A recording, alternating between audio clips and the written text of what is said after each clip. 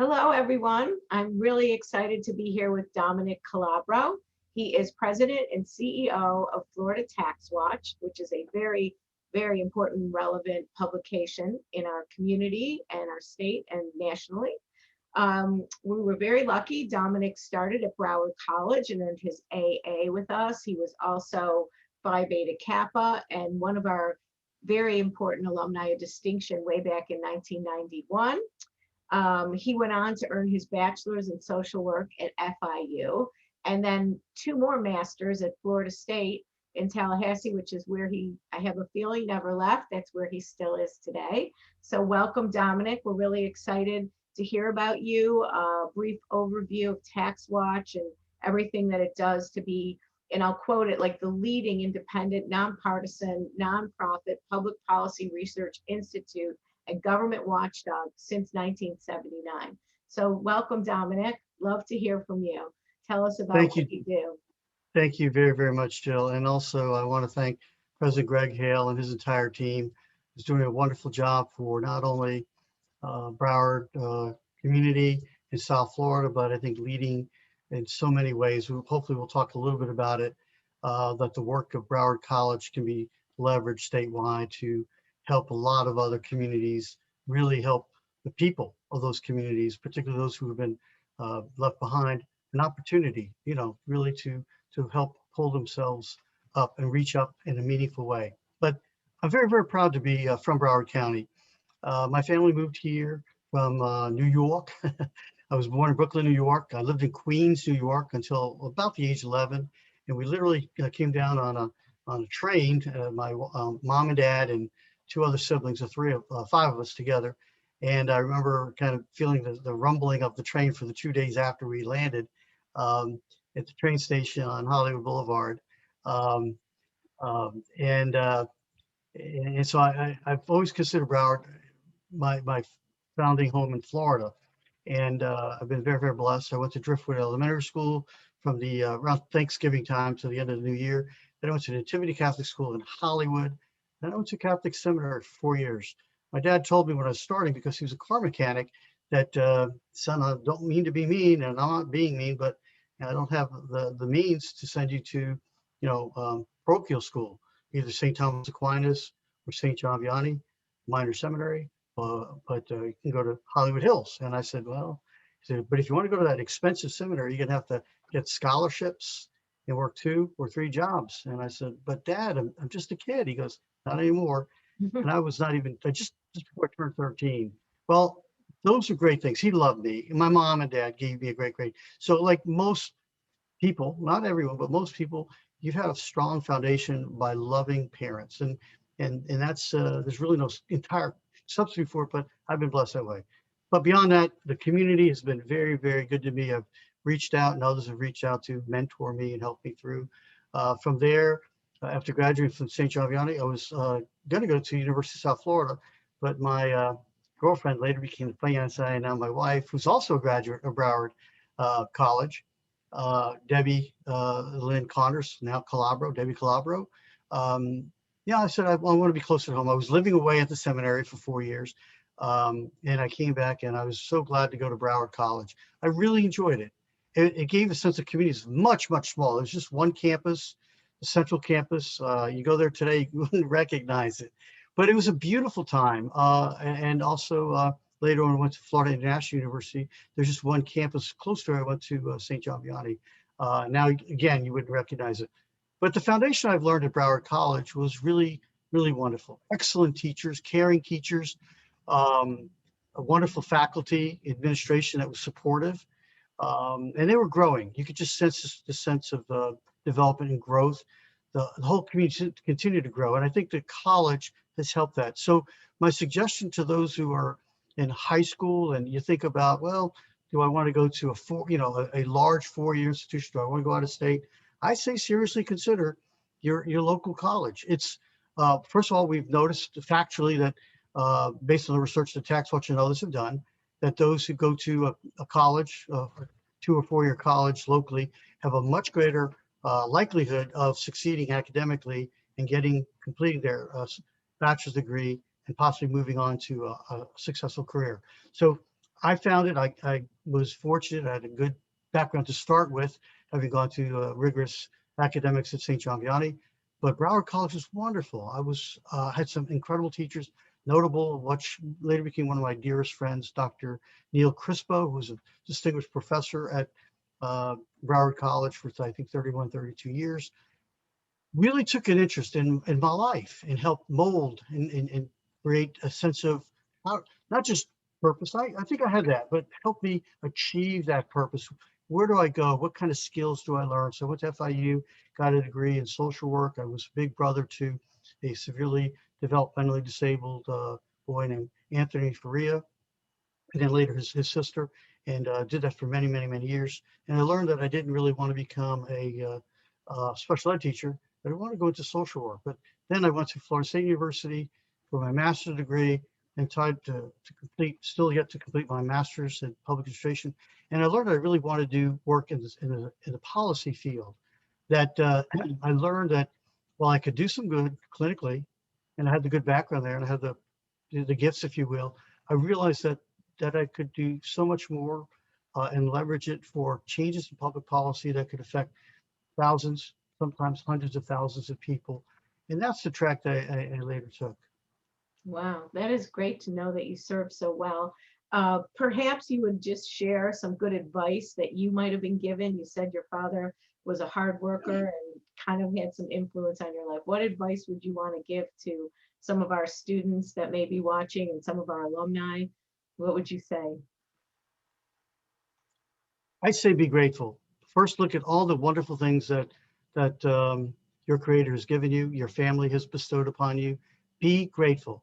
People that are grateful always look to make things even better. Don't focus on what you don't have. Focus on what you do have and build on it. Successful people don't focus on eliminating weaknesses. They focus on building on their strengths. So that's one thing. I'd also say become very proficient in at least one or two things. Build upon that. I've read stories, one book I'm finishing now from David Rubenstein, who himself is an incredible philanthropist and great national leader, is someone mentioned what you need to do is get some real expertise in one area. Be proficient. Have people look to you to know that you are among the best, if not the best in that field. And then build from there. You'll learn to apply it to different areas, become master of various other areas. I also say the next thing is um, to work well with others. By that I mean help others succeed. Be a mentor. Be helpful to other people. Reach out to help. Um, it's not a zero-sum game. You do not simply gain at someone else's loss. You gain when you help other people succeed. When you help other institutions, other folks. Um, and don't let those failings, see them as learning experiences, as painful as they may be. And they certainly are painful at that time, but learn from them, grow from them. Right. And so you truly are a visionary. You started this company, and not only was a vision there for it, but you also were able to expedite it. And it's been growing since 1979. Now you also have behind you a really interesting watercolor picture. Maybe you could share with us the meaning of that and how does that tie into some of the things that we're doing at Broward College, such as our Broward Up program that you so graciously wrote about and shared with the public, which is really a fantastic piece. So please share about your picture behind you and what the meaning is. And I'm going to try to, yeah, Jill, I'm going to try to explain this in a way that's very simple to understand. Listen, the United States of America's founding, though imperfect, it is perfectible. Okay, it's in order to form a more perfect union. Having said that, and as Italian immigrants, I'm a third generation, um, we had a lot of discrimination and things, nothing near what others have had. Not to say that, but one thing I've learned is that the constitutional rule of law, a constitutional democratic republic, and the rule of law is among the most important benefits, one of the most important beauties that we as Americans have at our disposal. We need to nurture it and grow it. And so promoting and protecting the rule of law is critical. So Florida TaxWatch has had an important role. We as just one institution, by using facts, guiding principles of our nation's founders and the state constitution as well, look to advance ways within that rule of law to build upon a stronger education system, pre-K, kindergarten through 12th grade, the college system, university system, postgraduate and the like, but also healthcare and all those other things. But none of that, even jobs, none of public safety, all those things come second to what? The rule of law, confidence that when our judiciary adjudicates things, that you can trust that they've made as a thoughtful, considered, and as just a decision as they possibly can. And part of that is having the sufficient revenues to do the job. So Florida TaxWatch has been there when others were not, that were either politicized.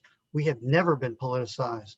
We have always stuck to those the concerns and purpose that our founders, former Senate President Phil Lewis, a Democrat, former Minority Leader Ken Plant, a Republican, the founder of Winn-Dixie, J. Davis, the founder of public supermarkets, Mr. George Jenkins, you see his picture all over the public supermarkets, Yeah. the president of Publix, Mark Hollis, former chairman Barney Barnett from Publix. So we have been very, very blessed.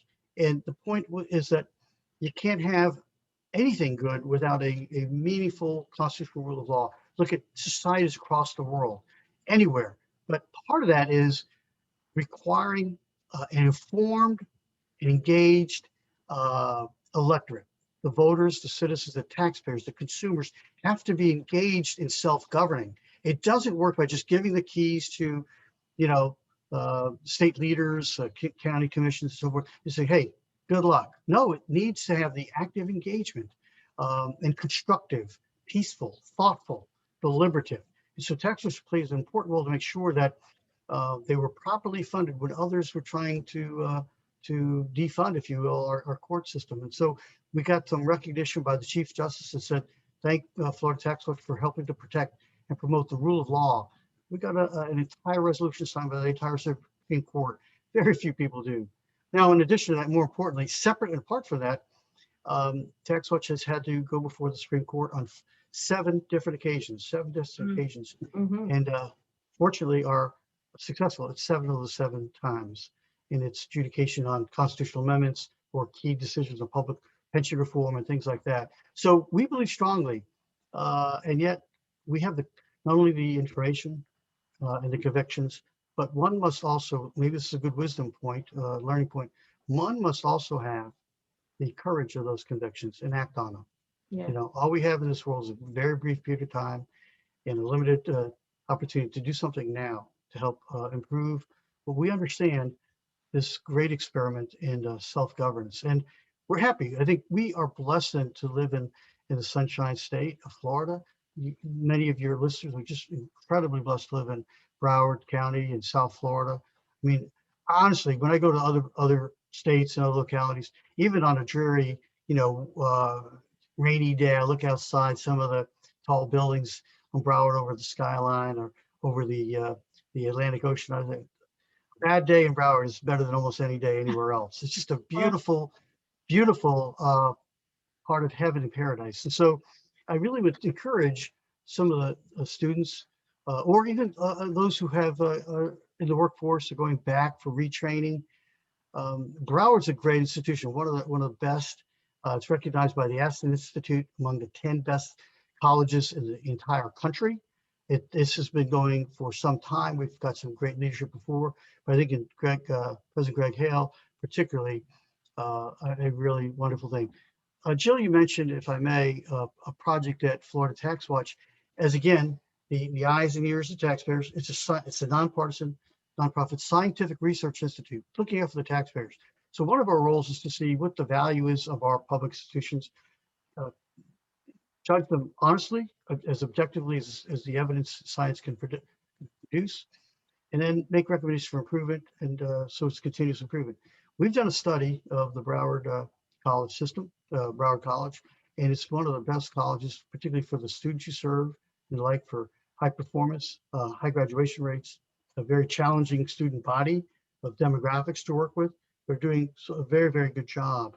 So the return on investment is very good. But in addition to that, we then looked at a particular unique program that President Hale has really pulled different segments together that have been operating in the past, pulled them together and created a program called Broward Up. And it's an idea, unlimited potential. And so Florida TaxWatch has done an independent third-party evaluation of it. So this is phenomenal. it helps provide, reach out to students, not in the traditional ways of saying, hey, look, come to college. We're just going to get you, an AA degree or an AS degree or certificate, but look to see how they can actually develop the skills and talents on a career path of progress and productivity, and especially in those areas, zip codes of those areas which have been lacking, which have been most troubled by of plaguing unemployment, plaguing poverty, plaguing crime, things in those areas that have been harmful, harmful to them, their families, but to become more than just sit back and be victimized, but to take that opportunity and to reach out to them in a mutual way, mutuality, and help give them the skills, the confidence that comes from that, the progression of career jobs and development, so they too can then provide that um, emulation to their families and those in the community around them. So we turn those underperforming communities into productive, uh, very, very great citizens that are creating value and are emulating the kind of values that America is built upon. Yes, I look forward to seeing many of our success stories from Broward Up and from all of our students that have been able to, because of Broward College, have an opportunity to learn what they don't know. And sometimes what you don't know is very relevant to help you get ahead. And we've seen many, many transformational students become great. As for yourself, your direction was unknown, and then you found the ball and you were able to run with it, take your vision, and we're really proud to call you an alumni of Broward College. Um, so in closing, are there any other words of wisdom, any heroes that you have, or anything else that is part of your passion when you get up in the morning that makes you want to go to the next level of helping? Obviously, education is your passion. You've helped us along the way with a couple of your reports. So when you get up in the morning, just share your passion so you can make that infectious to all of us that are watching this. Well, I really think my mom and dad, but particularly my dad, was a great hero to me. He was a World War II vet. He was recognized by the governing cabinet just about 2 or 3 months before he passed at the age of 94. We had a great opportunity to go to Washington, D.C., an honor flight, Tallahassee, the first honor flight. It was a great, great honor to do that. But I think something else I wanted to share is in this day and age where we have a lot of people who, with an iPhone and camera, think that they're now journalists or photojournalists, and we have so many ways of spreading information. Something I learned actually was at Broward College. It came from Dr. Neil Crispo, who's incredible, one of my best teachers I've had. Another one was from FIU, Dr. Maggie Corral. But he said, and it was just like challenge everything, but he said, question the authenticity, the legitimacy, the authority of what's being said. Not mean that you undermine it. Just check to see what is genuine, what is true, and check and corroborate that, and then look at in a way that is strengthening and building and generative and helpful so that you can build upon it. So I think it's really important that we know what to look for, but also find in our hearts what really motivates us, what we can be really good at. But anyone from high school graduate to a mom or the dad coming back for re-education and retraining, which is going to be important. You may have to be retrained 5, 6, 7 times in your career. But I think finding those people, reaching out and working with your uh, professors and teachers. I think that they care deeply and they care more than you even imagine. It's not just about getting an A or a good grade. It's about getting a skill, getting the sense of thoughtful reasoning that's constructive and helpful, because those are the things that are going to really matter. It's about your relationship with God. It's a relationship with your family. It's a relationship with your fellow uh, coworkers and community, and it's that connectedness. So at the end of the day, it's not how much money you've earned. That's helpful. That would be wonderful. But it's really about the impact you've had in the community. So yes, I've had a chance to do so many other things, but I chose public policy. I chose um, this area because I feel this is what I've been called to do. And it's it's so enjoyable. It's so purposeful. And I think that's the most important thing. Find something that you're good at and you have a great passion and a sense of purpose. A sense of purpose will drive you. It's called enthusiasm. And it's with that that you said, Jill, that you wake up every day looking at what can I do to make this little part of the earth a little better for my friends, my community, uh, and everyone around me. So at the end of the day, I know that I've done my level best, and this world is a better place because you were in it and you did everything you could within your power. As Winston Churchill said, never, ever, ever, ever, ever give up. Do the right thing, do it well, do it with all your heart and all your soul. And that is, I think, the greatest gift we can ultimately give each other. That's a love of life and love, purposeful sense of living.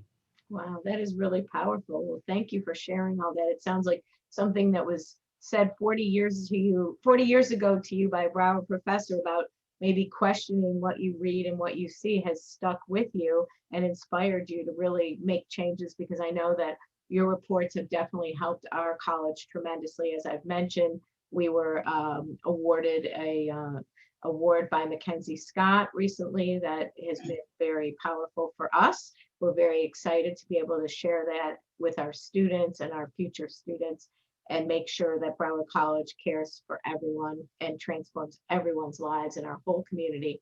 And we are even nationwide. We are getting students coming to us from different areas, hearing about Broward and the things that we do. So I thank you so much. This was great. I hope that you and your wife can come down. We'll be having some, exciting events. Maybe even you've spoken to us before. We'd love to get you in front of some of our alumni, donors, friends, and share the good word that you know about education. So thank you so much, Dominic. I hope you have a great day. Thank you, Jill.